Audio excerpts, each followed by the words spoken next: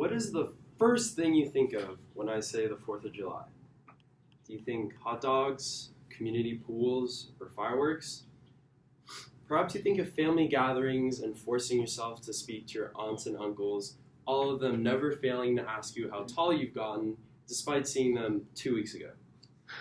While I myself can also associate these things with the 4th of July, there's another word that I can also say. Burglary. Let me tell you a story on how my family fell prey to crime on a night full of light. Just to set some context to this tale, my family is about as stereotypical as can be when it comes to 4th of July antics. Grilling store-bought hot dogs and frozen hamburgers with family and friends, usually by some type of pool, either my pool or a community pool, and most of the time with me begging to leave early because I can't take it anymore. During the night, we've also adopted the tradition of watching fireworks at our local high school, with us leaving usually around 7 and coming back either in a couple hours or when they run out of stuff to blow up.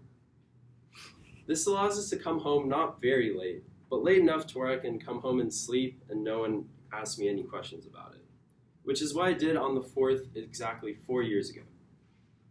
It was this Independence Day 4 years ago where I woke up in the middle of the night to sirens outside my house, looking through my window only to realize that there were police cars stationed right by my driveway talking to my parents.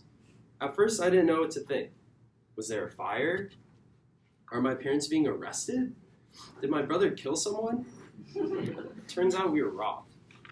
While watching the fireworks show at the school, someone busted through one of our windows and took the jewelry from mostly my mother's jewelry cabinet and also some cash that we've saved for rainy days. I nearly slept through the whole situation, and my parents hadn't even bothered to wake me up and tell me what's going on. Lucky enough for us, the burglar did not harm any of us or our property, and despite my mother losing her precious jewelry, the burglar didn't take much else besides the cash. Since this, my mother, brother, and I still go out every 4th to watch the fireworks at the high school, but my dad refuses to leave the house, adamant that despite our newly installed security system, he's the one that's going to stop another burglary.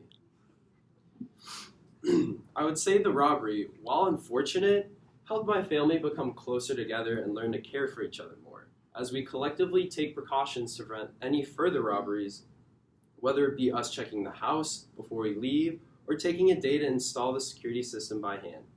This incident, while unfortunate, will be a fun story to tell in the further years. Thank you.